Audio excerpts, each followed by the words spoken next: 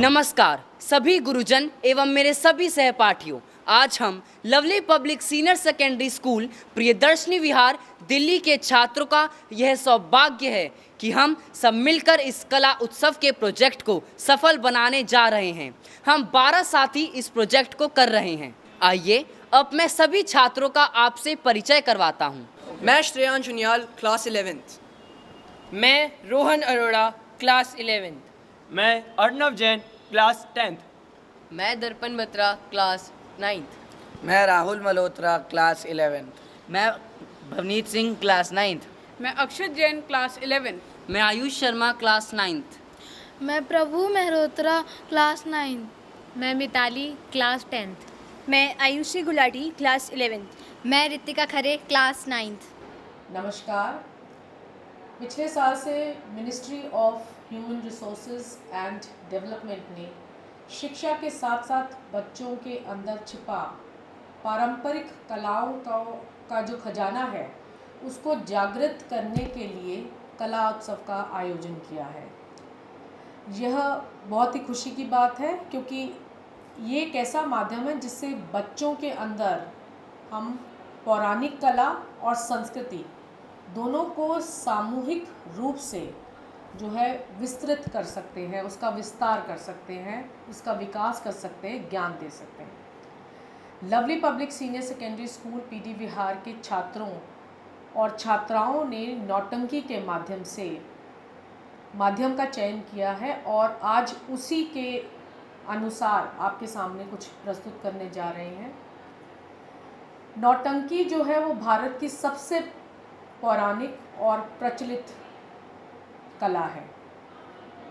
Cinema के आने से भी पहले ये एक ऐसा माध्यम था जिससे हम समाज में कला और एंटरटेनमेंट दोनों दे रहे थे, मनोरंजन कर रहे थे, जो अब लुप्त होता जा रहा है।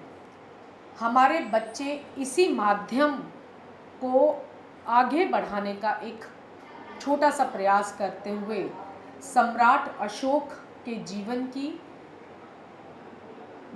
कथा का रूपांतर आपके समक्ष करने जा रहे हैं और हम आशा करते हैं कि आप सब इसे पसंद करेंगे और इसकी सराहना भी करेंगे। इसके लिए धन्यवाद।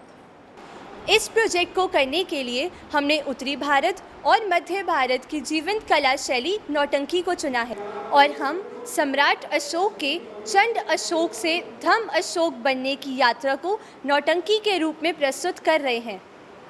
इस प्रोजेक्ट को करने में हमारे विद्यालय के थिएटर अध्यापक श्री उपेंद्रो और गायन वादन के अध्यापक श्री विश्वजीत जी ने शिक्षा प्रदान की है।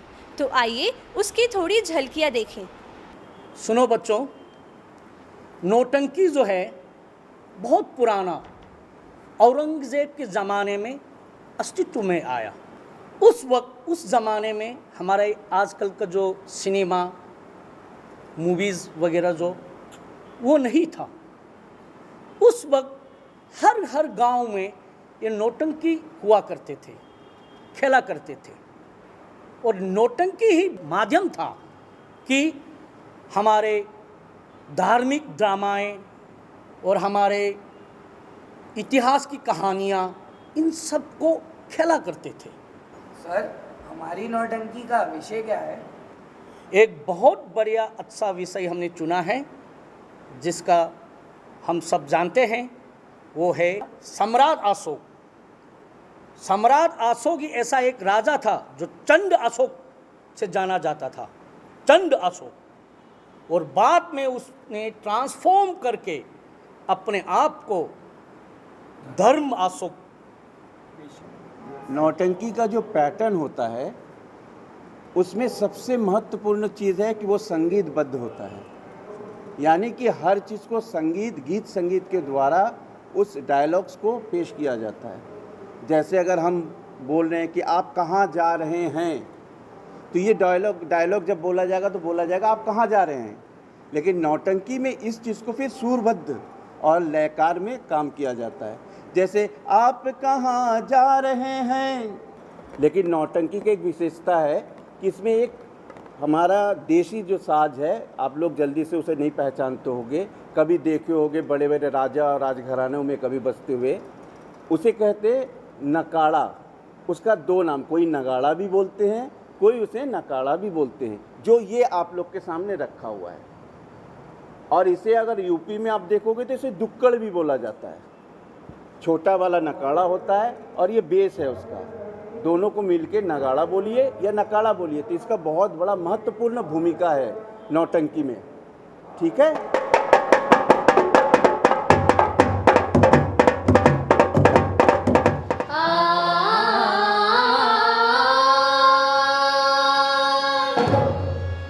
जय भारत संगीत लोक, हे भारत तेरे रण बाकुरे, रणवीर रणधीर और धरती धरण, उनमें ऐसा शूरवीर जो समरखता जीवन मरण। कहाँ है मेरा पुत्र? इसकी त्वचा ऐसी क्यों है? ये इतना कुरूप क्यों है? ऐसा कुरूप बालक मेरा नहीं हो सकता। पिताजी, यदि मैं मगध की राजगद्दी का सबसे योग्यवान और सामर्थ्यवान उत्तराधिकारी हूँ, तो मेरा राज्याभिषेक अभी होगा, इसी क्षण होगा।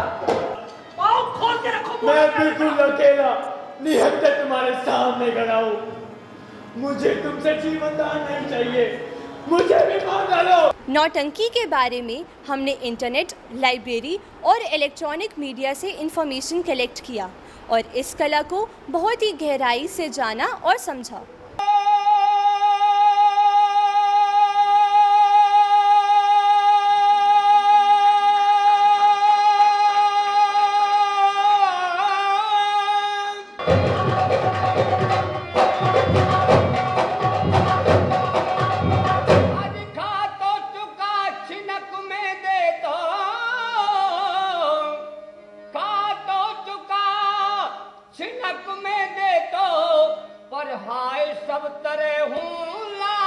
ये लोकगीत है, सीन में है, सीन का बना हुआ है। मर जइयो मेरे बैरी बाप, बिटरिया ब्याहे दई तेने चाकर को। हो मर जइयो मेरे बैरी बाप, बिटरिया बिटिया ब्याहे दई तेने चाकर। हो बालक, उसके बाद फिर शब्दों का, फिर साहित्य पढ़ाते हैं। तो हमारे यहाँ साहित्य और संगीत, स्वर का जो है ज्ञान पहले बच्चे को कराते हैं, उसके बाद फिर मतलब स्टेज पे ही होता है। ये छुरे भामन कर जहाँ पे जब तो चले गए आंखों में काजल लगा के, चलो गोना करा लाएं। अब चल दिए रात के 12 बजे, अकेले मुझे अकेले छोड़ के। बेटा सत्यवान, पिताश्री कहाँ है वो लड़की? यहीं पर है, पास में है।